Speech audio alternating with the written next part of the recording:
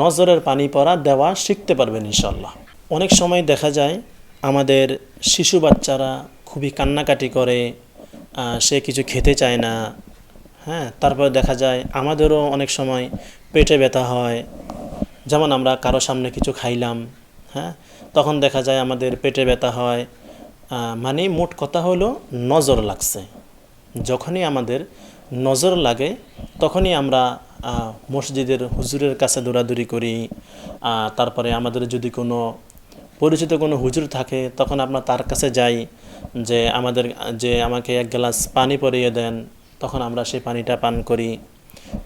হ্যাঁ, এটা ভালো, কিন্তু এই জিনিসটা যদি আপনি নিজে শিখে রাখেন তাহলে ভালো হবে না। আমি আশা করি এই জিনিসটা যদি আপনি নিজে শিখে রাখেন তাহলে অনেক ভালো হবে।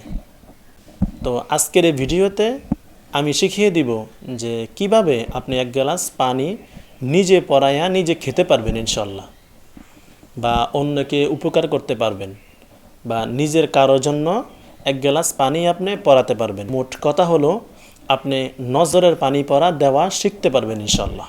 তাহলে চলুন কথা না বাড়িয়ে মূল আলোচনায় চলে যাই। এক গ্লাস নজরের পানি পরা দেওয়ার জন্য আমরা এরকম এক গ্লাস পানি নিব। এরপর পবিত্র কোরআনের সূরাতুল ফাতিহা আমরা একবার, 3 বার বা 7 বার পাঠ করব ইনশাল্লাহ। তো যেহেতু আমি ভিডিও বানাইতেছি সেজন্য আমি বেশি পড়ব না, আমি জাস্ট একবার পরে আপনাদেরকে দেখিয়ে দিব। সূরা ফাতিহা পড়ার বিশেষ একটা নিয়ম আছে। সূরা ফাতিহা পড়ার সময় আমরা আলহামদুলিল্লাহ বলবো না, বিসমিল্লাহর সাথে মিলায়া মিলহামদুলিল্লাহ বলবো। যেমন বিসমিল্লাহির রহমানির রহিম, আলহামদুলিল্লাহি রাব্বিল আলামিন, আর রহমানির রহিম, মালিকি ইয়াউমিদ্দিন, ইয়াকা না'বুদু ওয়া ইয়াকা নাস্তাঈন, ইহদিনাস সিরাতাল মুস্তাকিম, সিরাতাল্লাযীনা আন'আমতা আলাইহিম, গায়রিল মাগদুবি আলাইহিম ওয়ালাদ-দাল্লিন। একটা ফু দিবেন। এরপর একবার আয়াতুল কুরসি পড়বেন।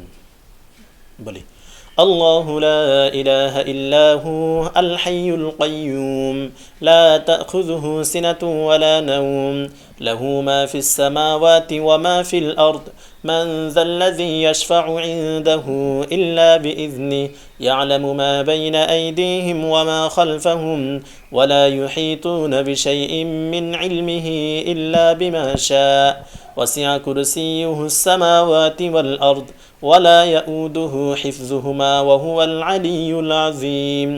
একটা ফু দিবেন। এরপর আমরা সবচেয়ে গুরুত্বপূর্ণ, নজরের সবচেয়ে গুরুত্বপূর্ণ একটি সূরা হলো সূরা ইনশিরাহ, অর্থাৎ সূরা আলাম নাশরাহ। এই সূরাটি আমরা 3 বার, সর্বনিম্ন 3 বার পাঠ করব ইনশাআল্লাহ। চলেন আমি এখন একবার পরে দেখায় দেই।